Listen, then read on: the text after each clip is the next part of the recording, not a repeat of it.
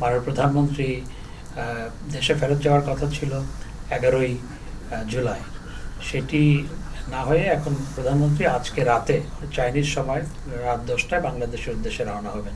এতে কিন্তু তার অফিসিয়াল যে কর্মসূচি সেটির বিন্দুমাত্র হেরফের হয়নি।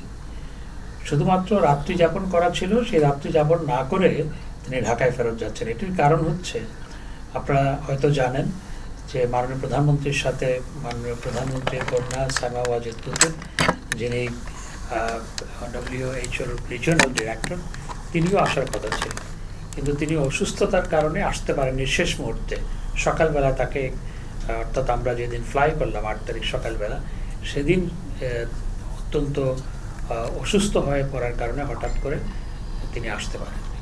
তিনি এখনও অসুস্থ। আসলে সফর সংক্ষিপ্ত নয়, উনি শুধু এখানে রাতটা যাপন করার কথা ছিল, সেটি না করে ঢাকায় তার অসুস্থ মেয়ের সাথে রাতে সময় দেওয়ার জন্য, মা হিসাবে, সেজন্য তিনি চলে যাচ্ছেন।